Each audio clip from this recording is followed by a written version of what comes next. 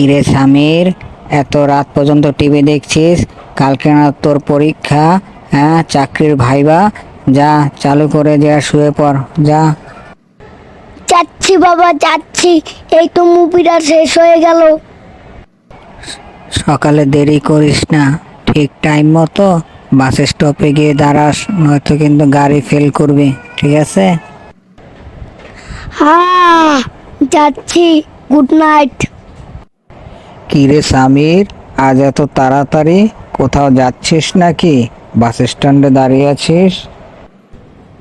হ্যাঁ দোস্ত, আজ নতুন একটা চাকরির ইন্টারভিউ আছে। ও, তাই বুঝি এত সকাল সকাল রেডি হয়ে আছিস না? যাক, দোয়া করি নতুন চাকরিটা যেন তোর হয়ে যায়।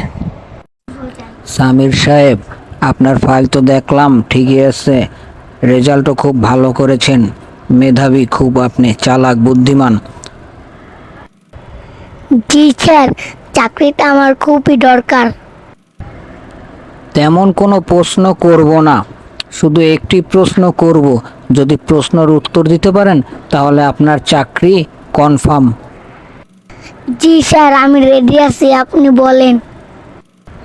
বলুন তো সামির সাহেব, ডিম আগে নাকি মুরগি আগে? যদি এই প্রশ্নটার উত্তর সঠিক দিতে পারেন তাহলে মনে করবেন আপনার চাকরি হয়ে গেছে। স্যার স্যার, মুরগি আগে। কেমন করে মুরগি আগে, সেটা তো আমাকে বুঝিয়ে বলতে হবে। স্যার, সকালবেলা তো আমি ডিম দিয়ে নাস্তা করে আসলাম, তাহলে তো ডিম আগে হবে না, মুরগি আগে হবে। বাহ বাহ, খুব সুন্দর উত্তর দিয়েছেন। কাল থেকে আপনি চাকরিতে জয়েন করতে পারেন, ঠিক আছে? Welcome welcome.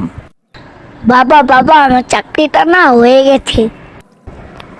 বাহ বাহ, যাই সবাইকে বাজার থেকে মিষ্টি কিনে নে, সবাইকে মিষ্টি মুখ করাই।